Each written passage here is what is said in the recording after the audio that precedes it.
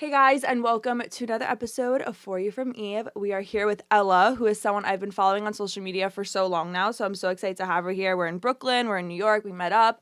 Ella, do you want to do a little introduction on who you are, your background? Yeah. Hi, guys. My name is Ella. Some of you might know me already as Ella Rose on Instagram. My full name is Ella Rose McFadin. I am a lifestyle and fashion content creator.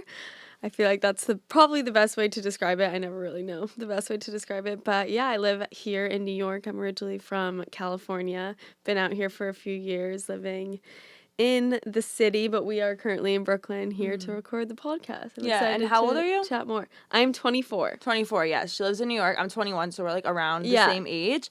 And I really want to have you on today because I feel like on TikTok and Instagram, it's been such a trend to be on social media. And everyone's like, I quit my 9 to 5 and now I'm doing social media. And there's people that have been doing it for all these years. So what's kind of your journey been with social media? How did you begin content creation? Did you start on Instagram? Because TikTok wasn't really that big of a thing when you were on Instagram, right? No. Honestly, my story is a little bit interesting. Like I said, I'm from California, so I grew up in Orange County, and I still remember when Instagram came out, and I was sitting at my friend's beach house, and I was in 8th grade, and I made my account, and it's still the username that it is today. I made at Ella Rose. Ella Rose with one A was taken, so it has 2 A's, and I've just never changed it. And throughout high school, I always just loved posting photos on the app. I mean, compared to what it is today, it's so different. But I remember asking my mom to have her take photos of me in front of our garage, or just trendy photos on lunch breaks at school. Not trendy photos, me thinking it's trendy. Going to Press Juicery and taking an ice cream photo. And I was always just posting. And I think my sophomore year, I got 1,000 followers or something but In it was high just school, right? yeah, Honestly, crazy. that's pretty good So for high long, school. yeah, honestly, I forget. We were out with someone who had followers, and they tagged me something, and I was like, oh my gosh, this is so cool. And then I remember by the time I was a freshman, I went to Boulder in Colorado for school. By the time I was sitting on my dorm bed and hitting 10K, I remember. And I think going to a school like that where it's such a big school and you're meeting people from all over. It's so many people already go there from California, but it's Colorado. I was meeting people from New York. I was meeting people from Florida, just making so many new friends. And I think that honestly helped me grow a bit too, just going to school. Were you in a sorority or anything?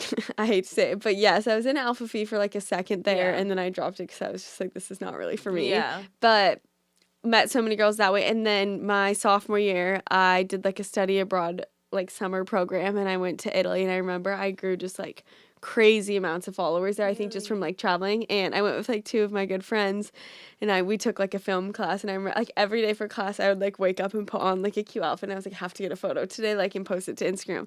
I remember they would be so annoyed because we'd be so hungover going to this horrible 4-hour film class, and they'd literally just be no, we're not taking the photo. And I'd ask random strangers on the street to take a photo who didn't speak English. Oh my gosh. And I'd be can you please take a photo? And they'd take 2, and I'd be here I go, posting this to Instagram.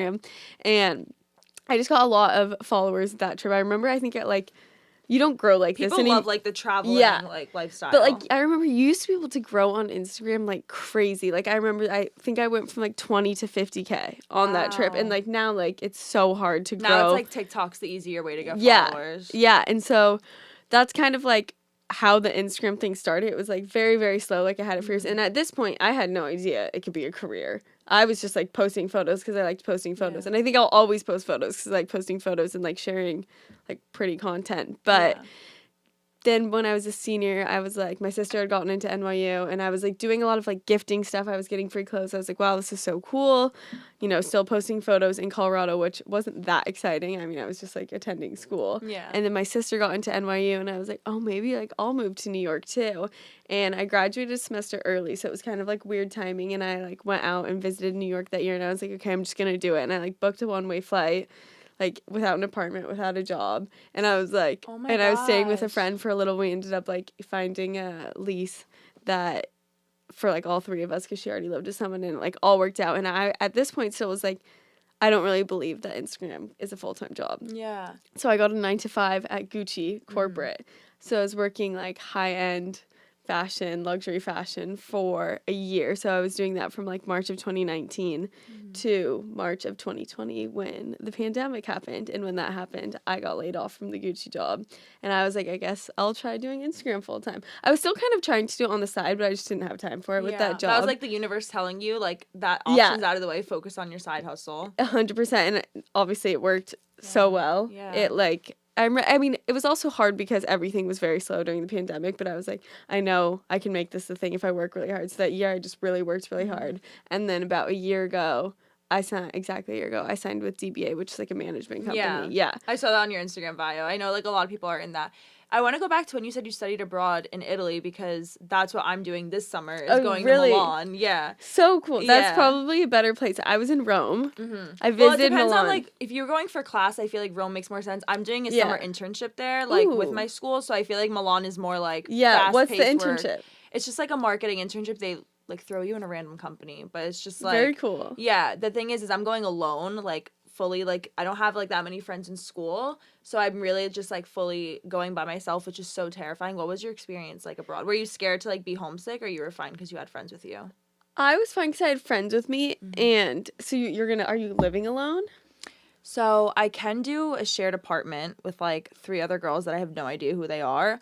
I would love to get an Airbnb and by myself, but my family's like, you would be up by yourself in an Airbnb in Milan. Like, they're not too obsessed with that idea, so I honestly don't know if I'm going to do a shared apartment or not yet. I think the shared apartment, obviously the like being alone sounds like fun to be there, but I think the shared apartment could be a really cool experience. Yeah. How long are you going for? A whole summer? 6 weeks. Okay. Yeah. I think doing the shared apartment, it'd be nice to have friends and like new experiences there. I'm like, oh, my luck is so bad. I'm just gonna end up with the worst roommates. I know. I mean, like, it's a risk for sure. I feel like they would make like a Facebook group or something to just be like, you know. But that's honestly such a cool step. And even you graduated college and you just moved to New York. Like, that's insane that you just did that. Especially because New York is not like a slow paced, calm, peaceful, safe place. It's like you're going in there and you have to be like super fast paced. How'd you adapt to New York culture? Honestly, I grew up coming here a lot as a kid, and I always was like, wow, it'd be like such a cool place to live. But I never really thought like I would do it. I was like, it's so crazy. It's so far from home.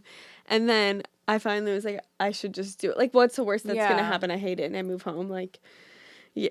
And I was like, when I booked the flight, things like started to fall into place, and that kind of gave me hope. Like, oh, this was like the right decision. Obviously, it was like a huge transition.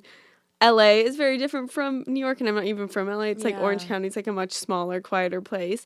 I think that going to school in Colorado like gave me more of the guts to like go away from home. I think like living on your own in college is more like, okay, I know how to figure some stuff out. I think the harder transition for me than like being worried about, I feel like I was so busy with that job that I didn't even have time to be like, am I miserable here? I was just like so like working so you're much. Just, like on a routine. You don't have time to like sit and think like, do I even like this? Yeah, and like the harder transition was definitely going from like a student to working like a 9-to-5 job. I think that's such a hard transition. Obviously school's like supposed to prepare you for that, but I think actually being at a desk 9-to-5, which a lot of people now are work from home, which is great, but like going from like being a student, going to class, you know, a couple times a day or not even every day of the week, and then going 9-to-5 straight into a job. I remember thinking like, after the first day, I was like, oh my God, I have to wake up and do this again tomorrow. Like, it was just like a crazy adjustment. It's just like an endless cycle. I feel like when you work for yourself versus when you're working for somebody else, it's like, it's a kind of a dread to wake up in the morning. Like, I applaud anyone who works their 9-to-5 and like loves it and doesn't dread it, because I know for me personally,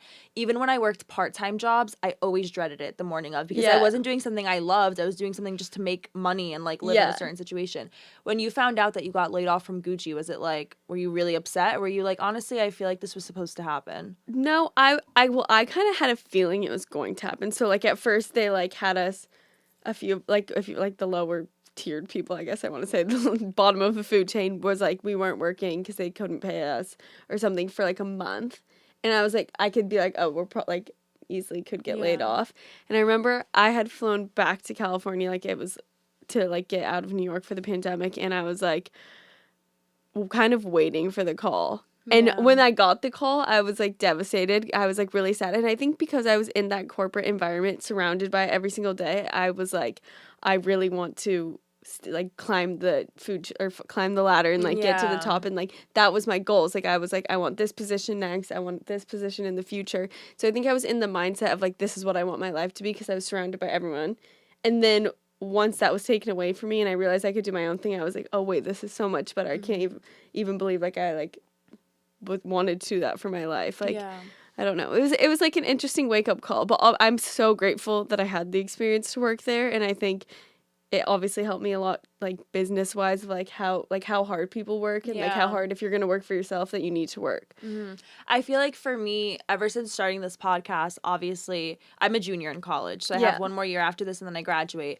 And part of me is like, I don't want to go into corporate with this podcast, because I know that if I put this podcast and social media as full time, I can do it. But then part of me is also like the stability of, you know, the income of a full-time job and getting the experience of working in corporate is also something I feel like I might need. So what's your advice for someone who is kind of in your position in college and they're kind of trying to figure out, like, do I just pursue myself and put this faith in myself, or do I play it safe and go for kind of like a corporate job? Well, I mean, this is really impressive that you have this and are a junior in college. Like, when I was doing it, it was much different. I wasn't making money, really, from it. I mean, there was a few things. I honestly, Instagram, instead of, like, what it is today, now it's, like, brand partnerships and brand deals, the times that I made money when I was doing it in college was, like, a brand reaching out asking me to do, like, a shoot. So I'd get brands seeing my Instagram, and then they'd be, like, and I'd make, like, money from that shoot. But I never saw it as, like, a full-time. If I had known, like, I could move to New York then and there and probably have done it full time, I probably would have done that. And I think if you are already, like, strong enough to be doing this so young, like, I think trust yourself. Yeah, the way it is now is insane. Like, brands will just email you and be like, hey, we want to send you this. And you just send them your address, and, like, all of a sudden they send you something. Like, the way it works right now is insane.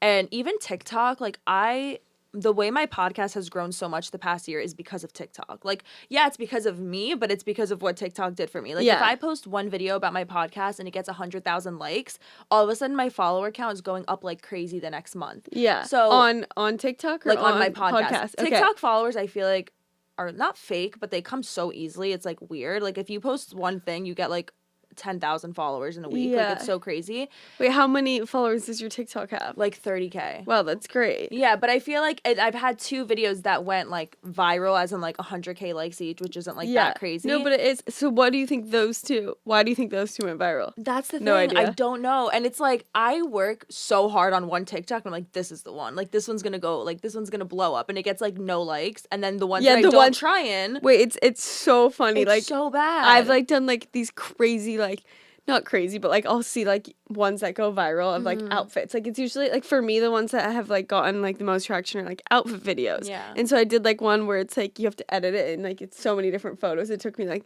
probably like 4 hours to like figure out and get it to the song. Some of them take a while, like so long, and it would get like no likes. And then I posted. Paige, that we were talking about, took a video of me snowboarding in Aspen, and she put it on her story, and I was like, oh, will you send me that? And I uploaded it to TikTok, and I was like, okay, woke up the next morning, it's almost at 2 million views now. I was like, what? Yeah, I don't understand the algorithm, and I know now people are saying like post 5 times a day, and like I've been doing that for the past like 3 days, because I'm like, one of them has to go viral again. Such a weird algorithm. So 5 times, that's a lot. It's a lot, but it's like not even great quality TikToks. It's me just like doing random things, like 7-second videos, because it's like there's like the way TikTok just tells you what to do. Like you said, your For You page is a lot of fashion, which, you know, your Instagram is all fashion, so that makes sense. Mine is a lot of like the gym and like that wellness lifestyle. So I see that. I see that a lot. Yeah, you're kind of in the wellness lifestyle space too. Yeah. Do you like work out or anything? Yeah, you do? I work out. I mean, this year I've been trying to a lot. Yeah. I have always loved working out. There's definitely been times like when I had the corporate job, like I just like didn't really have time. But like now I try to work out every day of the week, not weekends. What kind of workouts do you do? Do you like do Pilates or SoulCycle because you're in the city? Yes, I use ClassPass. I'm like such a huge ClassPass girl. I love it. So I usually do they just added Core Power, which Core Power is like my Bible when I went to school. So I do like hot yoga sculpt, and then which it's fine. I'm not obsessed with the workout, but it's like good. There's no really hot yoga place that I'm obsessed with in New York. And then I love SLT Pilates. I love Barry's. I always wanted to try Pilates. Yeah, it's good. It's really hard. good for like tone. It's so hard. I remember, and it's like really discouraging in the beginning because it's like you literally can't do them because it's so hard. And then once you keep going, you're like kind of build the muscle to do it. But like I still can't finish a whole class doing it without like kind of coming out of it. I want to it's do painful. it so bad. Like I go to the gym, which the gym is fine. Like I do like I've been getting into weights recently, and I like doing my cardio. But Pilates just like it's like an art. Like I see people doing it, and I'm like, how do you move your body like that? What is this machine that you're doing it on? Like I really want to try it. It's fun. It's really, really hard. I feel like it's really good for like so my friend teaches. Her name's Kelly, and she teaches at SLT, and she had a kid. She's a mom. She has the craziest six-pack I've ever seen, and I'm just like, how. I need that, so I'm gonna go to your classes, and it's really good for like core strength and like toning. I feel like, but you're not like sweaty at the end of it, you know? Oh, really? Yeah. Honestly, I probably would be. I mean, a little bit after like walking into the gym. Like I'm a little sweaty, but like because it seems very like slow paced. Yeah, and you're like stretching. And the your goal muscles is to go like slow as possible, so you're not getting your like heart up. Interesting. You're just like I don't know how I would be with that because like. It looks so fun, but I'm the type of person at the gym where unless I'm drenched in sweat, I don't feel accomplished. Like, I'll do my workout, and then I'll get on the Stairmaster for 20 minutes or 10 minutes just to, like, drip out and, like, get that, like, adrenaline. I'm like that, too, so that's why I can't do Pilates every day, because I'm just like, okay, I need to, like, burn, like, be like sweating to feel like I got like a good burn workout in. Have you done SoulCycle here? Yeah, it's good. It's not on ClassPass. It's really expensive, or else I would do it way more. Yeah, it's good. Honestly, just those seats kill me. I've done not the like company SoulCycle, but I've done like biking, I guess. Yeah. I didn't like it. Like cycling classes. No, it's good. I feel like I get the sweat, but it's like. The instructor's a lot, for me. Yeah. They're a lot. She, like, threw her shirt on me. Like, they, like, take their shirt off and, like, are screaming and singing. Screaming. And some of them are so intense. They're like, I'm just like, I can't wake up and do this. Yeah. And the one I went to, they were, like, super welcoming. Like, they write your name on the locker and they give you a water bottle. But then they just, like, they try to, like, get you to stay there. And it, like, the workout was good because, you do sweat and it's competitive. I don't know. It wasn't for me. Yeah. Do you do, like, boxing or anything? I don't love boxing, but Rumble is, like, a big boxing thing, and they started Rumble training, so it's, like, floor and tread. It's, like, berries. I like that. Boxing, I feel like if I had found, like, a really good place and had, like, a good, like, teacher, then I would like it, but I feel like it's hard to find. Yeah. What's your, like, so you came into the city. I know you, like, moved in with friends at first, and you have your sister here. But even just becoming friends with other influencers, how did you make that transition? Was it like Instagram DMs? Yeah, so I actually I've always been like super like whenever like friends or girls that I followed on Instagram or like in town, I've always been like, oh my God, we should do coffee or something. That's how I met Paige. We started following each other on Instagram, and I was actually in California for a bit. And then when I got back to the city and she was back in the city, we were like, let's all hang out. And we had like wine, and she's at her apartment, and that was like us fully just like DMing each other and becoming friends that way. And we hit it off. There's obviously times, like, I've met up with so many girls before, and it's great. You're not going to hit it off with everyone. You're going to, I have acquaintances with everyone, but there's people that you're going to click more with than others. And then I've met so many girls just on, like, at events and, like, on the Revolve trips kind of is a huge way. Like, that's how I met Remy. I want to talk about the Revolve trips. Like, how many have you been on? I've been on like 4 or 5 now. Yeah, how do they work? Like, just in case someone's listening to this and they're like, what is a Revolve trip? Like, how would you explain that? So Revolve has Revolve Around the World trips, and they'll invite a bunch of influencers and usually get like a +1 and can go, and basically you're wearing Revolve the whole time and like shooting content for them. They're really, really fun. They're literally like, they look so fun on like TikTok. They're so fun. How do you even get into that? Do you just reach out to you? So I've worked with Revolve for like a really long time. I'm like a ambassador for them. So I like whenever I'm like posting links or like wearing their stuff, I'm like sharing links to them. And so I think I was like a top seller one month, and that's how I got invited. But I went to Turks and Caicos, I think it was my first one. And then I've been to Bermuda with them. Aspen was more of like a small trip, like me and Paige got to go. Yeah. And then I mean some of them are really big, some they do smaller ones. They just did one with in at the Amangiri. The like the Utah hotel that's like really, really crazy that like people get married at. My friends went on that one. It looked really pretty. Yeah. But yeah, they're crazy trips. That sounds so fun. Yeah. I always see it on like I know like Amelie just started going. I like saw her going. Did you meet her? Yeah. You were on that one, right? Me and Amelie were on the same one in Bermuda. She's the sweetest girl ever. The TikToks just looked so fun, and I was like, I don't even know how these work, but I knew that you were in it, so I wanted to ask you about it too. I think the TikTok, because Remy, do you follow Remy Bader? She's big on TikTok. Yeah. she was like a TikToker on the trip, and then Amelie was one too. And it's like, it was so interesting to see, like, hear more about TikTok from them, because like I have TikTok, but I'm not like very good at TikTok. Yeah. So aside from social media, you also began skin. Yeah. So where did the inspiration come from?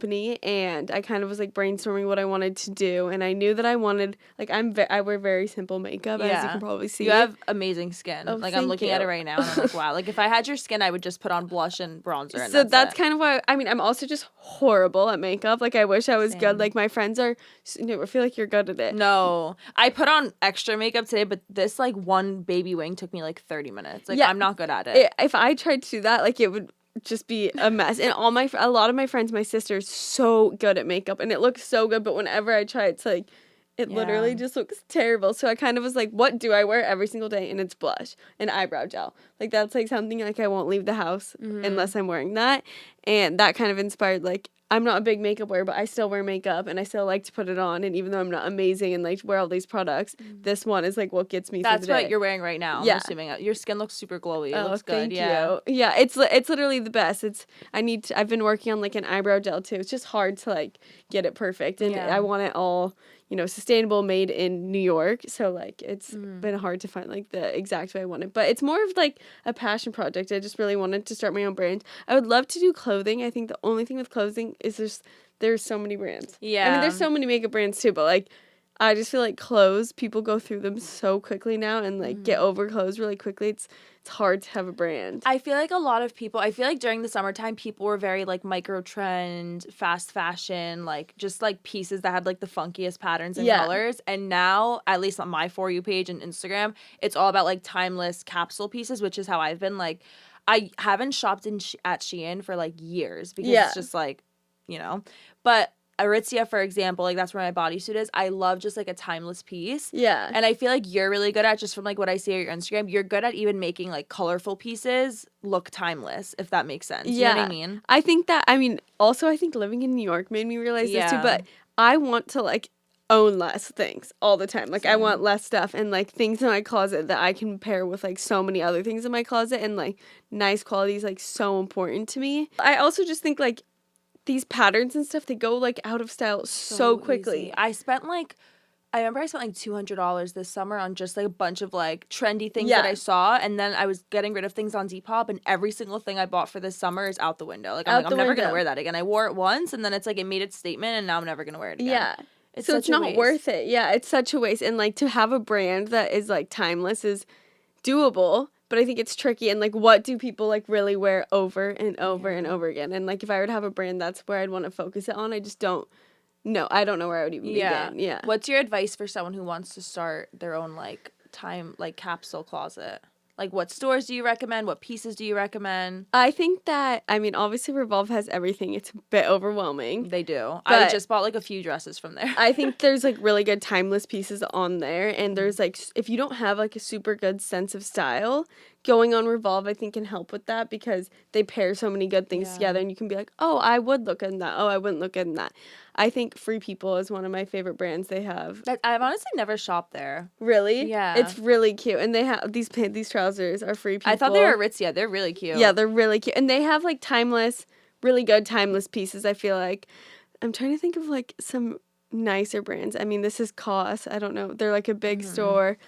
I think it's more so like making sure you have the basics in your closet. Like a good pair of denim. I really like EB denim is like really, really cute, and like investing in that, because I wear it like multiple times a week. Every week I've had the same pair of jeans for years now. Yeah. I think having good denim is super important, and having good, honestly, like good hoodies, good blazers to like pair together is like the most important things, and making sure that when you're buying something, like knowing that you can wear it at least 3 ways and with 3 other things that you have. I agree. Yeah. I think if I've learned anything about fashion this past year is just to invest in pieces. Because I would buy things from like Zara for like $25 jeans, and they would last me like a year.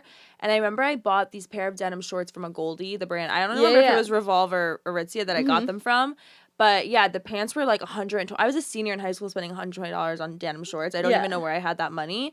But I remember buying them, and I just got rid of them this summer just because I got taller. But I'm like, wow, those shorts lasted me 4 years. Like, that's insane. That's so good. It's so worth the investment, especially with like Levi's, a Goldie. I'm trying to think of and like other denim denims. shorts. You are always going to need a pair of denim shorts in your closet, no matter what. Like those are never. And all I need is one, just one pair of nice denim. Like that's it. I don't need a million. Like jeans, I own way too many jeans for no reason. I just cleaned out my jeans, and I was like, wow, I literally would keep ones. It's like I haven't touched those. Exactly. I haven't touched those in 6 months. Why are they still sitting in here? Yeah. I love cleaning out my closet. Oh, my God. I do it, honestly, like every single week. And somehow there's always something to get rid of. Always. Even though I wanted it last week, don't want it this week. Yeah. It's funny. So crazy. You also have a food Instagram. And then it's Art of Foods. It's actually, it started as a website, and it was a food blog that I created right when I got laid off of That's Gucci. when you get to New York. Like, that's the first thing you want to do. So I used to keep it as like, when I got to New York, I would have like a notes tab, and then I started putting them on my highlights on Instagram, but then I would run out of space, and it was just like annoying to tab through. Yeah. Then I literally had an Excel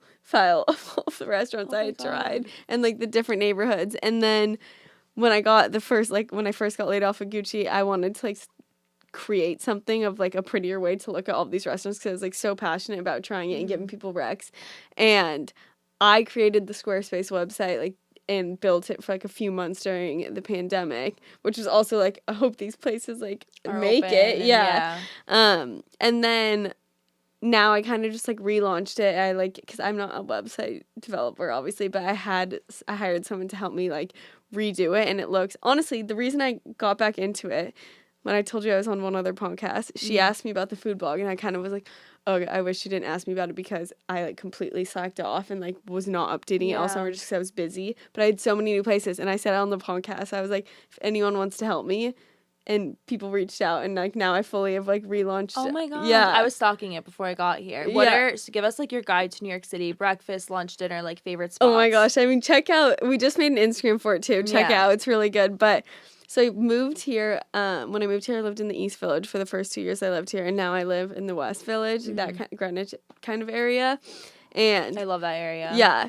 Okay, I would say my favorite sushi, I love Kazunori. If you've never had hand rolls, I mean, they have it in LA. It's kind of basic to say, but it literally is my favorite. I love Bond Street Sushi, Italian. I love Misi, and I love Bar Petey's really good. That's my favorite pasta like ever. Yeah, it's really, really good. I love it there, yeah. I just went to this place called Rule of Thirds in Brooklyn, and it was like one of the best dining experiences I've ever had. Really? It was so good. So you work for yourself, you're in New York. What's like a day in your life like? Because I feel like when it comes to self-employment, a lot of people are like, well, they see like a girl post on TikTok, they're like, I could do that. Like I could do that. I could post on Instagram. So what's like a day in your life just to show people how busy it actually is? I don't think people realize how many emails and phone calls are always on the go. It's crazy. Yeah, people really don't realize it and definitely like hate on it, but it's hard. I mean, the hate comments I'll get about like on YouTube will be like, this girl like doesn't work a day in her life, like things like that. It's like people have no idea, and you can't blame them. How are they supposed to know? Like people really don't. I don't share the behind the scenes, but I try to now. Every day's obviously different, but I wake up pretty early. Emails are like a huge thing. Like emails come in and out. Like you have to be like so on top of your email. Like this morning I woke up around 7 and I probably did emails for like 3 hours. Then I chilled like 8. I usually do a workout class either in the morning or the afternoon. I'm doing one this evening at like 4:30. Yeah, that's my favorite time to work out, like 5 p.m., 5:30. Yeah. And then either like shooting content, I had a video call, like a video Zoom before coming here. And then like I get to do things like this, which is nice. My schedule is very flexible. Also, if I like have stuff in the day, like running around in the day doing like more personal things, I can work at night, which is like the best thing ever. Like I can stay up really late and like finish emails and stuff. But every day is different. But I think it takes a certain type of person to work for yourself. You have to be motivated. And like I have friends who are like, my dream is to work for myself, but I could never do it because I would never be on top of myself. Yeah. So like, it takes a personality. Like definitely. Yeah. Like you need that work ethic. It's like everyone grows up saying, I want to be an entrepreneur. Like, of course, everyone wants to work for themselves. But when you're at a corporate job or you're working for someone else, you have to do things. It's not like you're motivated to do them. You just have to get them done or else no one else is going to get them done and you're going to get fired. So when it's self-employment, it's not necessarily having to do anything because it's like your job. Like you control where you want it to go. Yeah. So that's why you need to have like that motivation and that hard work ethic to be like, no, I have to push myself to actually get this done or else it's just not going to happen. Exactly. That's so crazy. What's like your week like? Like, do you have just like emails every day? Do you have anything else this week? I know you have a podcast, but do you do photo shoots anymore? Sometimes. So my sister's on Instagram too. I met up with her and we shot pictures yesterday. I've done a workout every single day this week. I've done a ton of emails. I actually had a call with my management right before this to kind of just like go over the partnerships we have coming up. And then I've kind of I cleaned out my closet, Depop. I kind of It's the best feeling. Yeah, honestly. it literally is amazing. I try and do it like weekly too. Yeah. Honestly, opening boxes takes up so much of my time. I don't even have like Ella has like over 100,000 followers and I just hit like 6,000 and the amount of emails I go through, I can't even imagine how many you go through so in like overwhelming. PR boxes. Yeah. It really is. So opening up, honestly, it sounds dumb, but it takes hours of my week for and, like, sure. Unboxing and trying things on and then breaking it. down the boxes, recycling all of it. It's a lot. And honestly, stuff like shows up and it's like, how did this person even get my address? Yeah. It's crazy. But I'm actually flying home to California on Friday, so I've kind of just started getting ready for the trip, like packing, planning outfits to shoot content. What's your guide for someone who wants to start? Let's say they listen to this episode and they're like, you know what? I'm going to do social media. This is my sign. What are your tips to begin? Because I know yours was kind of just like a natural, I want to take pictures. So how was I mean, you have to be dedicated, though, because, like, even with the photos, I wasn't expecting anything out of it, and I was still posting every single day. You have to be consistent. You have to be dedicated. You can't get discouraged. Like, okay, I've been posting for a month every single day, and I'm still not getting followed. I would just say keep going. Everyone, I think if you're, like, believe in yourself enough, it'll happen. You have to work for it, and it's hard to stick to if you're not seeing, like, followers come in. Like, it's all consistency. Yeah, it's all consistency. Even with my podcast, I've seen that. I remember I went a week without posting because I had COVID. So, like, I couldn't, like, talk. And I saw my followers going, not down, but, like, the next time I upload an episode, there wasn't as many listens. And I'm like, wow, people will just get over you like that. If they don't see that you're posting, they're, like, over it. They forget. Someone else will come in and do it. What are your favorite, I know this is kind of, like, a little bit random, but you're a fashion girl, you're in New York, your favorite stores to shop at in the city that are kind of, like, hidden gems?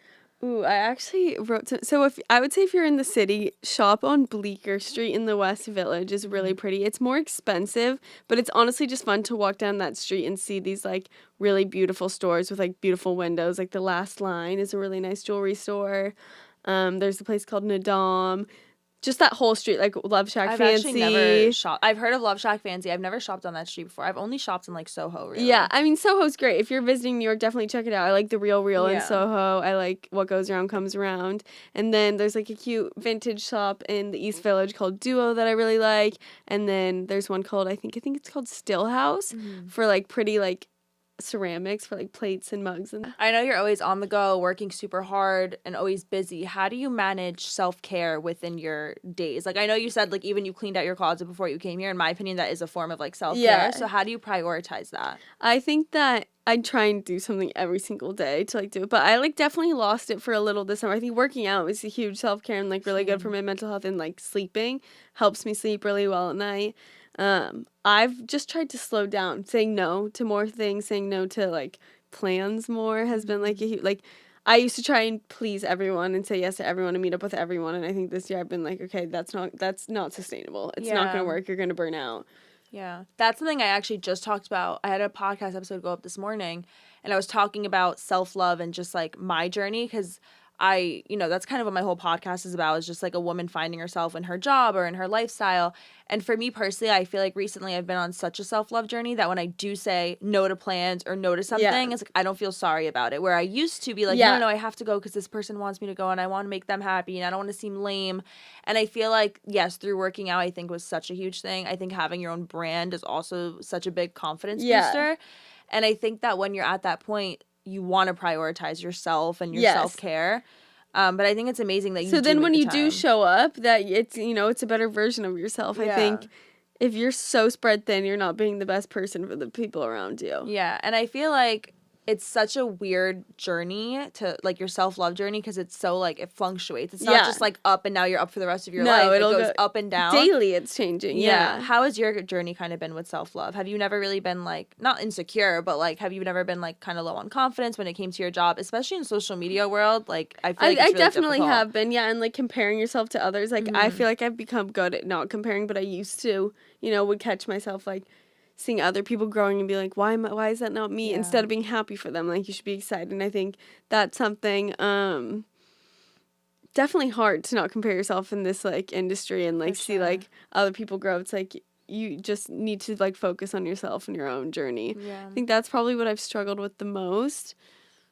Yeah, I feel like I've been a confident person. Like growing up, I've always been like confident, but of course, get down, you know? I remember I saw a quote once and it was, there's room for everyone at the top. Yeah. And after I saw that quote, it just made me realize someone else's success isn't my downfall. So it's kind of like, even with myself, if I see myself going up and I realize that people aren't being sincere about it, you're like, okay, that's not my problem, that's their problem type of thing. But yeah, I think the social media world has skyrocketed. It's crazy how many brands are out there now and how many, like, you're like, how is this not dying out? Because there's so much of it happening right now. How do you kind of see social media? Like, do you see it still evolving or do you see it kind of like crashing? I don't see it crashing. I think there's always going to be a social media. And I think there'll always be like some platform. Maybe it's not Instagram. I mean, TikTok is so big now.